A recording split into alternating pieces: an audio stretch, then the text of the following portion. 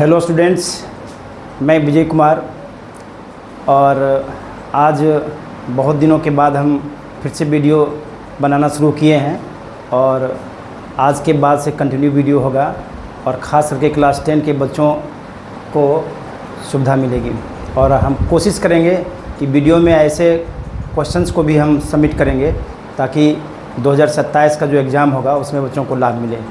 तो इसी क्रम को आगे बढ़ाते हुए हम केमिकल रिएक्शन की चर्चा कर रहे हैं। हालांकि केमिकल रिएक्शन का हमने 1-2 वीडियो बनाया है, लेकिन उसी में आज फिर से इसको एक बार हम रिवाइज करने की कोशिश कर रहे हैं। केमिकल रिएक्शन में जो टाइप्स ऑफ रिएक्शन जो होता है, ये टाइप्स ऑफ रिएक्शन जो होता है,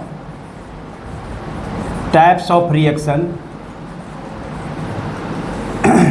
there are many types of chemical reaction. में सबसे पहला आता है तुम्हारा combination reaction. Combination reaction, combination reaction, combination reaction में होता क्या है, इसमें मान लो कि ये तुम्हारा कैल्शियम ऑक्साइड है, इसको क्विकलाइम कहते हैं, और कैल्शियम ऑक्साइड को अगर हम वाटर से रिएक्ट करा देते हैं, यहाँ पर इसको हम लोग रिएक्टेंट कहते हैं। ये एरो का निशान है, तीर का निशान है, इसके लेफ़्ट साइड में जो भी कंपाउंड रहता है या जो भी मैटर रहता है उसको हम लोग कहते हैं रिएक्टेंट। और ये दोनों आपस में रिएक्ट करता है और रिएक्ट करने के बाद एक यहाँ जो बनाता है राइट साइड में, उसको हम लोग कहते हैं प्रोडक्ट। ये दोनों आपस में रिएक्ट करने के बाद बना लेता है कैल्शियम हाइड्रोक्साइड, इसको हम लोग कहते हैं सेलेक्ट लाइम, सेलेक्ट लाइम, और इसको हम लाइम वाटर भी बोलते हैं और साथ में हीट को भी रिलीज करता है। तो this is the chemical reaction, this example is chemical reactions. इस तरह का ढेर सारा एग्जाम्पल है। जैसे मान लो कि हाइड्रोजन है और क्लोरीन के साथ रिएक्ट करा देते हैं, दोनों आपस में रिएक्ट करने के बाद ये बनता है हाइड्रोजन क्लोराइड, हाइड्रोजन क्लोराइड। यहाँ पर ये दो है, बैलेंस करने के लिए इसको 2 से मल्टीप्लाई करते हैं तो ये दोनों हो जाता है।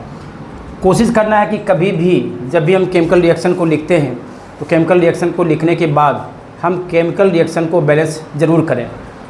जब तक केमिकल रिएक्शन बैलेंस नहीं होगा तब तक वो करेक्ट नहीं होगा। ये तुम्हारा कॉम्बिनेशन रिएक्शंस हो गया। ये कॉम्बिनेशन रिएक्शन के बाद एक नंबर आता है, दूसरा टाइप का रिएक्शन जो होता है वो रिएक्शन है single displacement reaction, single displacement reaction, displacement reaction, displacement reaction, displacement reaction. ये दूसरा रिएक्शन हो गया, सिंगल डिस्प्लेसमेंट रिएक्शन। इसमें होता क्या है, जैसे मान लो कि यहाँ पर है जिंक, और जिंक एक मेटल हो गया और यहाँ पर है H2SO4, इसको कहते हैं सल्फ्यूरिक एसिड, इसको किंग ऑफ केमिकल्स के नाम से भी जानते हैं। एक टेस्ट ट्यूब में इसको लेकर के जब जिंक के टुकड़े को हम डालते हैं तो चूँकि यहाँ पर जिंक जो होता है मोर रिएक्टिव देन हाइड्रोजन होता है, इसकी रिएक्टिविटी जो होती है वो हाइड्रोजन से ज़्यादा होने के कारण जिंक क्या करता है, इसको रिप्लेस कर देता है, और रिप्लेस कर देता है तो हाइड्रोजन क्या होता है, गैस के रूप में बाहर निकल जाता है और यहाँ पर बन जाता है कंपाउंड के रूप में जिंक सल्फेट। तो this is the single displacement reaction, इसको हम लोग कहते हैं सिंगल डिस्प्लेसमेंट रिएक्शन कहते हैं। इसके बाद है, ये हम हाइलाइट्स बता रहे हैं कि पहले हम विस्तार से बताए थे, लेकिन इस बार थोड़ा थोड़ा हम हाईलाइट करके बच्चों को केवल रिवाइज कर देते हैं। ये तीसरा है double displacement reaction, double displacement reaction, displacement reaction. इसमें क्या होता है कि 2 कंपाउंड आपस में आयन का एक्सचेंज करता है। जैसे यहाँ पर लेते हैं हम सोडियम सल्फेट, ये सोडियम सल्फेट है और साथ में यहाँ पर दूसरा कंपाउंड है बेरियम क्लोराइड। यहाँ पर सोडियम प्लस होता है और सल्फेट की वैलेंसी जो होती है सो माइनस में होता है। ठीक उसी तरह से बेरियम प्लस होता है और कैल्शियम क्लोरीन जो होता है सो माइनस में होता है। अब ये प्लस जो होता है वो माइनस के साथ और ये प्लस जो होता है इस माइनस के साथ होता है, तो यहाँ पर बन जाता है बेरियम सल्फेट। ये बेरियम सल्फेट कंपाउंड बन गया और यहाँ पर बन जाता है सोडियम क्लोराइड, ये सोडियम क्लोराइड हो जाता है। आगे 2 से मल्टीप्लाई करते हैं, बैलेंस हो जाता है। ये बेरियम सल्फेट सॉलिड के रूप में रहता है क्योंकि ये है WPPT, इसको कहते हैं वाइट प्रेसिपिटेट, और इसको हम लोग प्रेसिपिटेट रिएक्शन भी बोलते हैं। डबल डिस्प्लेसमेंट रिएक्शन को प्रेसिपिटेट रिएक्शन भी बोलते हैं। ये दोनों एक ही साथ हो जाता है, यहाँ पर डबल आयन का एक्सचेंज होता है और एक्सचेंज होने के बाद ये कंपाउंड बन जाता है।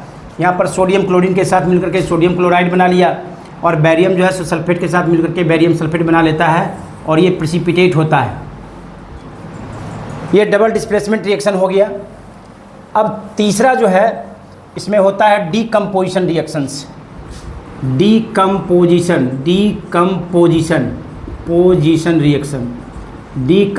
रिएक्शंस। इसमें क्या होता है कि एक कम्प्लेक्स कंपाउंड जो होता है, जब उसको हम गर्म करते हैं तो गर्म करने के बाद वो कम्प्लेक्स कंपाउंड जो होता है डीकम्पोज हो जाता है। उदाहरण के तौर पर हम लेते हैं कैल्शियम कार्बोनेट। ये है कैल्शियम कार्बोनेट, जिसको हम लोग कहते हैं लाइम स्टोन।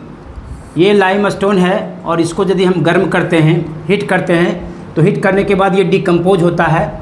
और फॉर्मूला भी है कि मेटल के कार्बोनेट को अगर गर्म किया जाए तो गर्म करने के बाद मेटल का ऑक्साइड और कार्बन डाइऑक्साइड में डीकम्पोज हो जाता है। तो यहाँ कैल्शियम कार्बोनेट है, इसको गर्म करते हैं तो ये कैल्शियम ऑक्साइड और कार्बन डाइऑक्साइड में बदल जाता है। और ऑलरेडी ये जो है ना, ये बैलेंस इक्वेशन होता है। मेटल के कार्बोनेट को हीट करने के बाद मेटल का ऑक्साइड और कार्बन डाइऑक्साइड बनता है और ये ऑलरेडी बैलेंस होता है, इसमें बैलेंस करने की ज़रूरत नहीं पड़ता है। इसी तरह से जितना भी मेटल का कार्बोनेट होगा, जैसे मान लो कि यहाँ पर जिंक कार्बोनेट है, ये जिंक कार्बोनेट है और जिंक कार्बोनेट को भी हम अगर हीट करते हैं तो हीट करने के बाद ये मेटल का ऑक्साइड यानी जिंक ऑक्साइड होगा और प्लस कार्बन डाइऑक्साइड हो जाएगा। तो इस तरह से ये हो गया डीकम्पोजिशन रिएक्शंस। और इसको हम लोग कहते हैं थर्मल भी, इसका दोनों नाम है, थर्मल डीकम्पोजिशन भी बोलते हैं। Thermal decomposition reactions.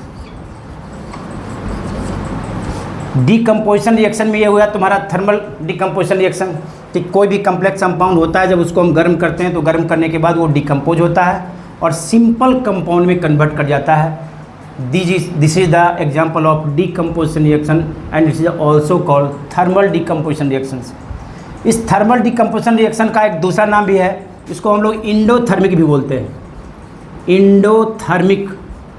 Endothermic reaction भी बोलते हैं। इंडोथर्मिक इसलिए बोलते हैं कि कैल्शियम कार्बोनेट को या जिंक कार्बोनेट को डीकम्पोज होने के लिए हम हीट इसमें देते हैं। तो जब हीट के कारण कोई कंपाउंड डीकम्पोज होता है तो उसको हम लोग थर्मल डीकम्पोजिशन भी बोलते हैं, डीकम्पोजिशन रिएक्शंस भी बोलते हैं और इसको इंडोथर्मिक रिएक्शंस भी बोलते हैं। इसके अलावा एक्सोथर्मिक भी होता है रिएक्शन में on the basis of the heat. Exothermic भी होता है, एक एक्सोथर्मिक रिएक्शन होता है। Exothermic reaction. एक्सोथर्मिक में क्या होता है कि यहाँ पर मान लो कि हम क्विक लाइम लेते हैं, CaO। ये क्विक लाइम होता है और क्विक लाइम इसको कहते हैं कैल्शियम ऑक्साइड। और इसको जब हम वाटर में डिजोल्व करते हैं, कैल्शियम ऑक्साइड को वाटर में जब डिजोल्व करते हैं तो डिजोल्व करने के बाद ये दोनों आपस में रिएक्ट करता है और रिएक्ट करने के बाद बना देता है कैल्शियम हाइड्रोक्साइड। तो कैल्शियम हाइड्रोक्साइड हो गया और इसके साथ हीट को रिलीज़ करता है। हम वाटर को पहले टेम्परेचर नोट कर लेंगे और जब कैल्शियम ऑक्साइड को उसमें डालेंगे तो डालने के बाद जब दोनों आपस में रिएक्ट करेगा तो रिएक्ट करने के बाद जब हम उसको टेम्परेचर को जो नोट करेंगे तो काफ़ी टेम्परेचर बढ़ जाता है। यानी दोनों जब रिएक्ट करता है तो रिएक्ट करने के दौरान में हीट एनर्जी रिलीज होती है। So this type of chemical reaction is called exothermic. Exo का मतलब होता है बाहर निकलना। जब हीट एनर्जी रिलीज होती है तब उसको हम लोग कहते हैं एक्सोथर्मिक रिएक्शन। इंडोथर्मिक हमने बता दिया, एक्सोथर्मिक हो गया, डबल डिस्प्लेसमेंट रिएक्शन हो गया और प्रेसिपिटेट रिएक्शन भी हो गया। इसके बाद आता है एक रेडॉक्स रिएक्शन। रेडॉक्स रिएक्शन आता है। रेडॉक्स रिएक्शन में दोनों चीज़ होता है, ऑक्सीडेशन भी होता है और रिडक्शन भी होता है। जैसे यहाँ पर हम लेते हैं कॉपर ऑक्साइड और प्लस लेते हैं वाटर हाइड्रोजन। ये कॉपर ऑक्साइड हो गया और यहाँ पर है हाइड्रोजन। यहाँ पर क्या होता है कि ये कॉपर ऑक्साइड से ऑक्सीजन का रिमूवल होता है और रिमूवल होता है तो यहाँ बन जाता है कॉपर। और यहाँ पर हाइड्रोजन क्या करता है, ऑक्सीजन से ऐड करता है, addition of oxygen with hydrogen, तो यहाँ बनाता है वाटर। तो इस कंपाउंड से ऑक्सीजन का रिमूवल हुआ, इसको कहते हैं रिमूवल ऑफ ऑक्सीजन। तो जब किसी कंपाउंड से ऑक्सीजन का रिमूवल होता है तो हम उसको कहते हैं कि ये रिडक्शन हुआ, ये रिडक्शन होता है। और जब किसी के साथ ऑक्सीजन का एडिशन होता है, एडिशन ऑफ ऑक्सीजन, तो यहाँ पर हम उसको कहते हैं ऑक्सीडेशन। तो एक केमिकल रिएक्शन में दोनों चीज़ साथ साथ होता है, यहाँ पर रिडक्शन भी हो रहा है और ऑक्सीडेशन भी हो रहा है। तो जब दोनों क्रियाएं साथ साथ होती है तो संयुक्त रूप से हम उसको कहते हैं रेडॉक्स रिएक्शन कहते हैं। धन्यवाद। अगर वीडियो अच्छा लगे तो आप लाइक सब्सक्राइब करें और कमेंट में और क्या चाहते हैं आप दे सकते हैं। धन्यवाद। वीडियो लगातार जारी रहेगा।